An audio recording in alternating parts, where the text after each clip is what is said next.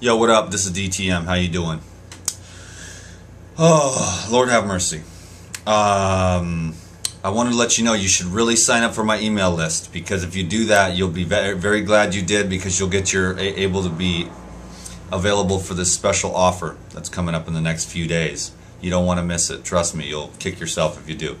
You'll never know about it, but if you sign up for the email list and you get the emails from me, you'll be really glad, because there's a new DVD coming out and I have a special on that. So and that's only for the email list subscribers. So you better get on it. Go to regenerateyourlife.org and sign up for my email list, okay? Thank you. My question is how do we detox from our emotions?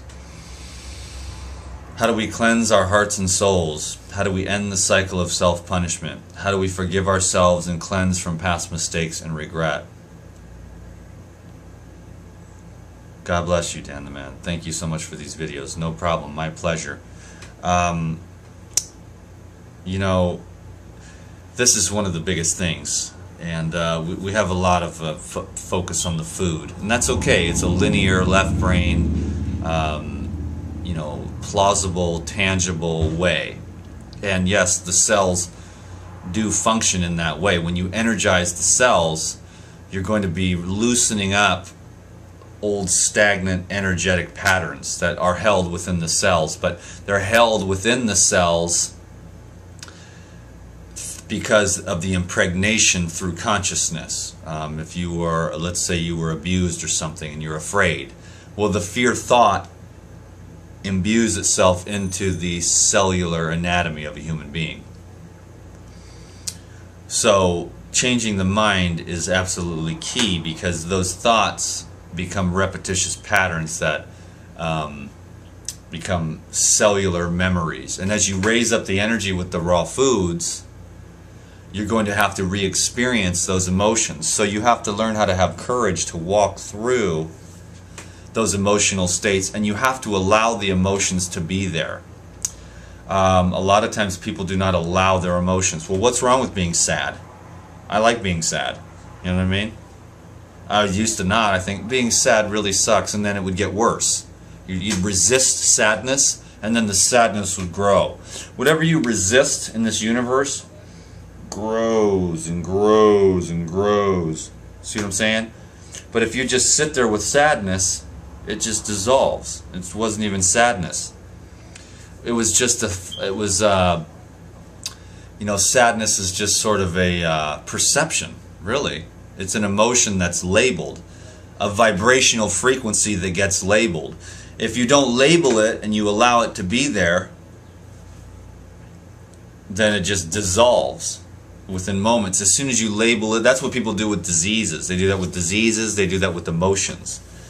I have this so-called disease and I have this so-called emotion, you know, my diabetes, you know, and they label it and they nurture it and it's my diabetes. If, in other words, you could just say, I'm having these sensations and manifestations in my body, and then what you do is you cultivate, instead of labeling it and giving it power and structure in your mind, which will give it, you know,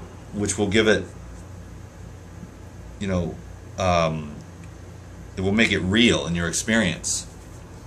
The less you label stuff, the better off you're going to be. All I do is tap into a white light.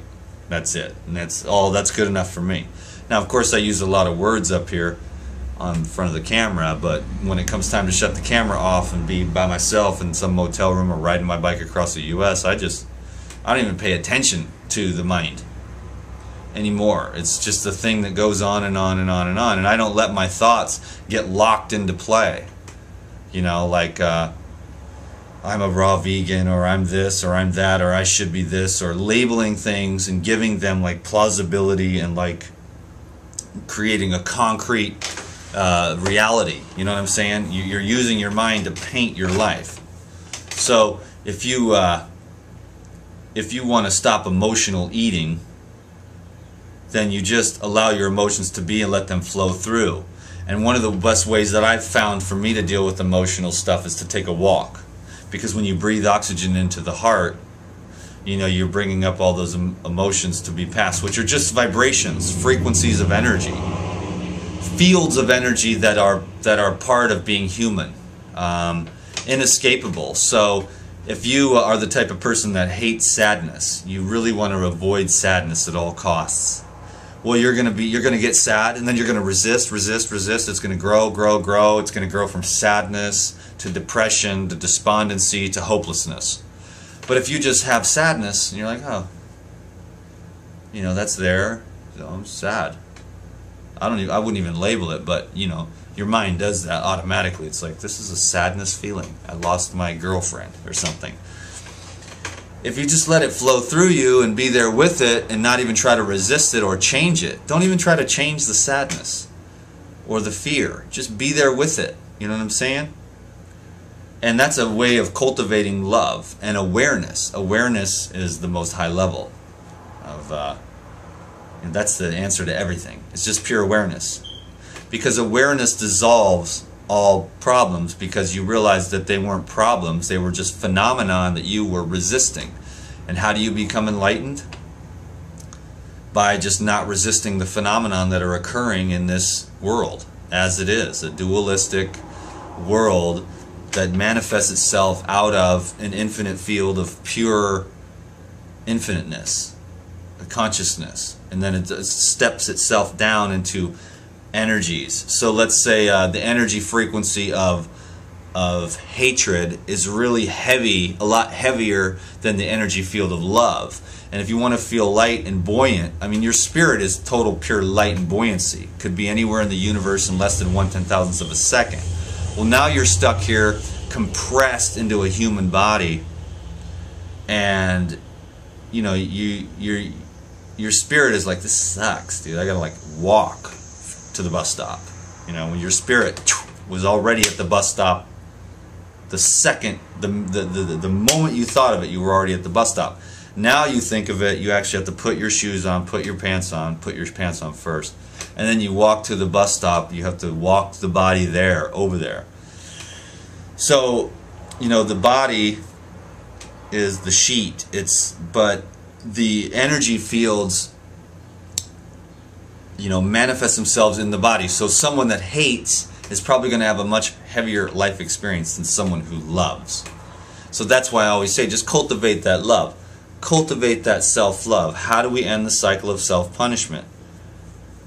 I did that a lot, and I'm kind of out of it. I mean, really, it's just, I continued to grow in unconditional love towards myself, and expand in the knowledge and the understanding of the truth about this universe. Not like the religions, or not like the dogma or the theology, but the simple truth of what we really are, you know. And once you get that, you can just chill out. You're just a human. You're just going to be here for 2 seconds. It's no big deal. Hopefully you don't screw up real big, because then you really got to pay for that. Because Judgment Day is now. There's no Judgment Day in the future. There's no Judgment Day when you're going to have to face God. Judgment Day is now. So whatever you're thinking, whatever decisions you make, instantaneous Judgment Day. Every time, every second of every day, all the time, eternally. Because the universe is perfectly balanced at all times. And you cannot break the holy law. There's only one, the law of the one. Nature's laws are many, God's law is one. Always perfect, divine, fairness, equality. Always just. That's why you never have to worry about the dudes that are doing bad things, that are doing their thing, hurting people, because they're going to get theirs. It's already perfectly just. You need to only worry about yourself. What are you doing today to create more love in your life? You know? And that's it. You just cultivate that self-love. Look for the things that you like about yourself, and learn to love the things you don't like about yourself. And accept all of it. That you are a spiritual being having a human experience, and that just gives you so much lightness. No one's going to live forever. You're not going to take your looks with you. You're not going to take your money. You're not going to take your success. You're not going to take the adulation from the crowds. But you will get to go, when you leave here, you get to go to the place that you are. So if you are hate on this planet, or sadness, you get to go there when you leave this place. If you are love and peace, then you're in the heaven. And you get to go to the heaven of love and peace. You can go to the sad heaven if you want. Because the energy that you are, once you leave this body, goes right to where it was anyways. You just see that now you don't have a body to deal with. Feed, sleep the body. You just now the sadness goes to sad heaven. And you sit there and everyone's sad together. If you are the love and the peace, you get to go to love and peace heaven. You know what I'm saying? So be the love and the peace. You know what I mean? Be that. Just cultivate it. Just be love now. And don't let anything distract you from that. And when you get off track, get back on to the path of unconditional love, which I've said before, maybe, is salvation. Okay? Unconditional love is the salvation that you seek. And you'll already be in heaven. Trust me. Okay? Thank you.